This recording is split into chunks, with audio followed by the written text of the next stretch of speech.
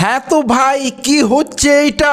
পাকিস্তানও বলে দিল টি-20 world cup খেলবে না।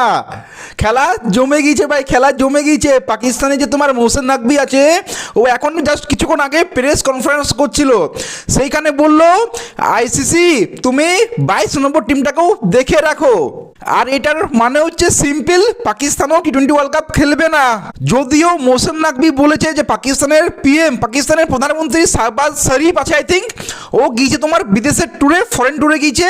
ও এখান থেকে ফিরবে, ও যে ডিসিশনটা নেবে সেই ডিসিশনটাই হবে। তারপর পাকিস্তান বলবে ও টি-20 ওয়ার্ল্ড কাপ খেলবে কি না। তো খেলা তো ভাই জমে গিয়েছে। দেখো এইখানে 22 নম্বর টিম কে, সেটা হচ্ছে উগান্ডা।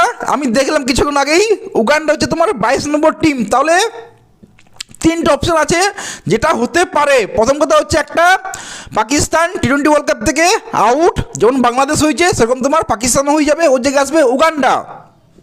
এটা হচ্ছে একটা। দ্বিতীয় নম্বর হচ্ছে তোমার পাকিস্তান এবং বাংলাদেশ দুজনেই টি-20 ওয়ার্ল্ড কাপ খেলবে। হ্যাঁ ঠিকই শুনছো, পাকিস্তান এবং তোমার বাংলাদেশ দুজনেই টি-20 ওয়ার্ল্ড কাপ খেলবে। আরেকটা কি হচ্ছে ভাই, টি-20 ওয়ার্ল্ড কাপে আর হচ্ছে না।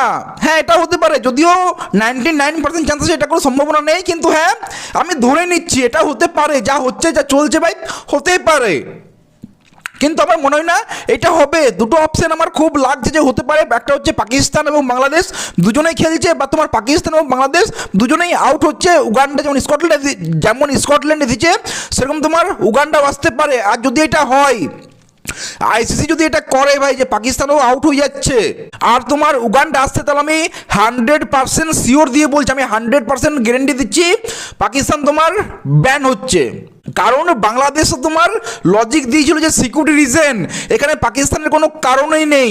আইসিসি সোজাসুজি বলবে ভাই তুমি শ্রীলঙ্কাতে খেলছো, তোমার সিকিউরিটি কনসার্ন বা তোমার এরকম কিছুই না, তো উইদাউট এনি রিজন তুমি কেন লাফাচ্ছ এখানে, ওকে পুরোপুরি ব্যান্ড করবে। আর তুমি শেষ পর্যন্ত দেখবে হয়তো বাংলাদেশ ভাই খেলছে, বাংলাদেশকে তো ভাই সিকিউরিটি রিজন ছিল, বাংলাদেশ তোমার খেলছে, পাকিস্তান আউট। এটা হতে পারে, হ্যাঁ পসিবল, এটা পসিবল।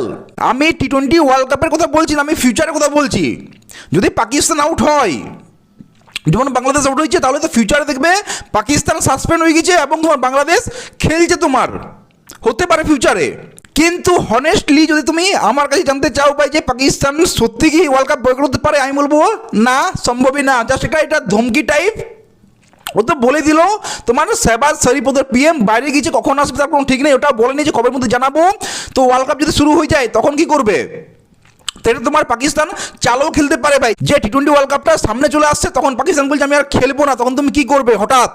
দেখো আইসিসির চেয়ারম্যান জয় শাহ একজন ভারতীয়, পাকিস্তান আছে বিপক্ষে, আমরা এটা সবাই জানি, এটা ঝামেলা করবে এটা সবাই জানে। কিন্তু ওদের বক্তব্যটা হচ্ছে চ্যাম্পিয়ন্স ট্রফি নিয়ে, যে তোমার চ্যাম্পিয়ন্স ট্রফি হয়েছিল সেখানে তোমার নিউট্রাল ভেন্যু দেওয়া হয়েছিল, কিন্তু বাংলাদেশে কেন দেওয়া হয়নি? তো প্রথম কথা হচ্ছে ভারত ভাই 3-4 মাস আগে বলে দিয়েছিল যে আমরা পাকিস্তান খেলতে যাবো না, সিকিউরিটি রিজন, যেটা তোমার আইসিসির চিঠিতেও লেখা থাকবে আশা করছি। আমি যদি দেখিনি চিঠিটা, কিন্তু আশা করছি লেখা থাকবেই যে সিকিউরিটি রিজন আছে।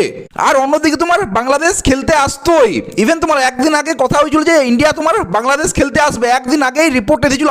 আমি ভিডিও বানিয়েছিলাম, রাত্রে ভিডিওটা বানিয়েছিলাম যে ভাই তোমার ভারত তোমার বাংলাদেশ খেলতে আসছে, এই ভিডিওটা আমি বানিয়েছিলাম, বলেছিলাম যে ভাই তোমার মিরপুরে চট্টগ্রামে জায়গাতে খেলা হবে, আমি এটাও বলেছিলাম পর্যন্ত।